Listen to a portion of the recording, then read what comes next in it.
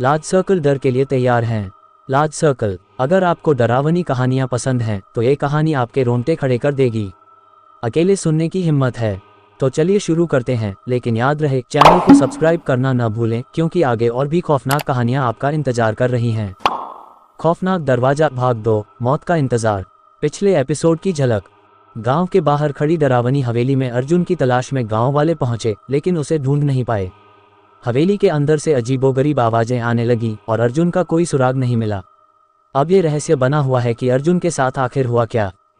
रात के घने अंधेरे में एक नया किरदार हवेली की ओर बढ़ रहा है। करण, अर्जुन का बचपन का दोस्त। उसे अर्जुन की लापता होने की खबर मिलती है, लेकिन वह इसे अंधविश्वास मानता है। करण तय करता है कि वह इस रहस्य को खुद सुलझाएगा। करण टॉर्च हाथ में लिए हवेली के दरवाजे पर खड़ा है। उसके चेहरे पर संकल्प और हल्की बेचैनी झलक रही है। हवेली अंधेरे में डूबी हुई है और हवा में रहस्यमय ठंडक है। करण हवेली का दरवाजा खोलकर अंदर प्रवेश करता है। टूटी हुई लकड़ियों की चरमराहट, फुसफुसाहटें और ठंडी हवा उसे महसूस होती है।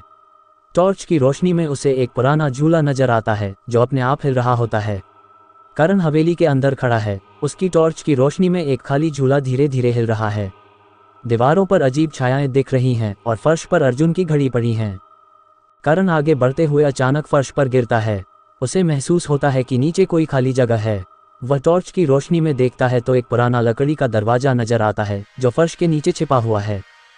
करण एक फर्श के नीचे छिपे हुए पुराने दरवाजे के सामने खड़ा है। दरवाजे पर खून के निशान हैं और उस पर पुराने अक्षरों में कुछ लिखा हुआ है।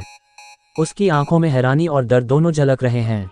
करण जैसे ही दरवाजा खोलता है उसे नीचे एक संकरी सीढ़ी नजर आती है। वह धीरे धीरे नीचे उतरता है और वहां एक अजीब तहखाना दिखाई देता है। तहखाने की दीवारों पर पुराने चित्र बने हैं जिनमें कई लोगों के चेहरे बिगड़े हुए हैं। करण तहखाने की सीढ़ियों से नीचे उतर रहा है। चारों ओर अंधेरा है, बस उसकी टॉर्च की हल्की रोशनी फैली हुई है।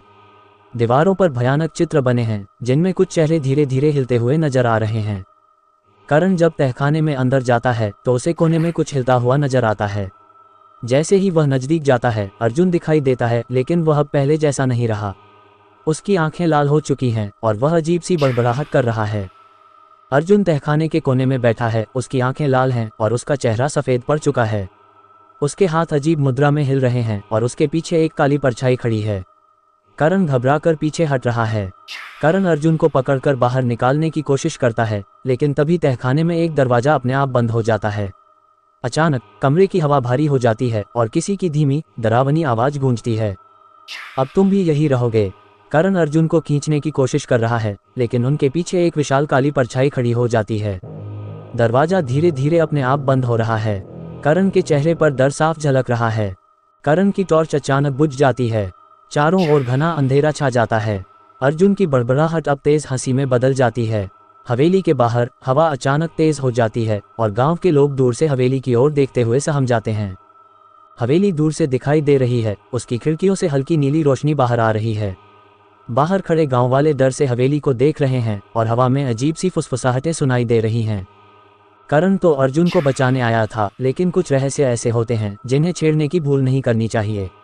अब हवेली के अंदर सिर्फ सन्नाटा नहीं, दो आत्माएं भी हैं जो बाहर निकलने का रास्ता ढूंढ रही हैं, या शायद कोई और इस हवेली में कदम रखने का इंतजार कर रहा है। क्या करण और अर्जुन इस हवेली से बाहर निकल पाएंगे, या ये हवेली अब एक और आत्मा को निगल चुकी है? जानने के लिए अगले एपिसोड का इंतजार करें। खोपड़ी कहानी से वापस हकीकत में आ जाए, लेकिन क्या सच में? खोपड़ी, कुछ रहस्य कभी पूरी तरह खत्म नहीं होते। हो सकता है ये कहानी बस एक शुरुआत हो। आपका समय देने के लिए धन्यवाद। फिर मिलेंगे एक और डरावनी कहानी के साथ। तब तक के लिए बाय बाय, टेक केयर और हाँ, अकेले मत रहना।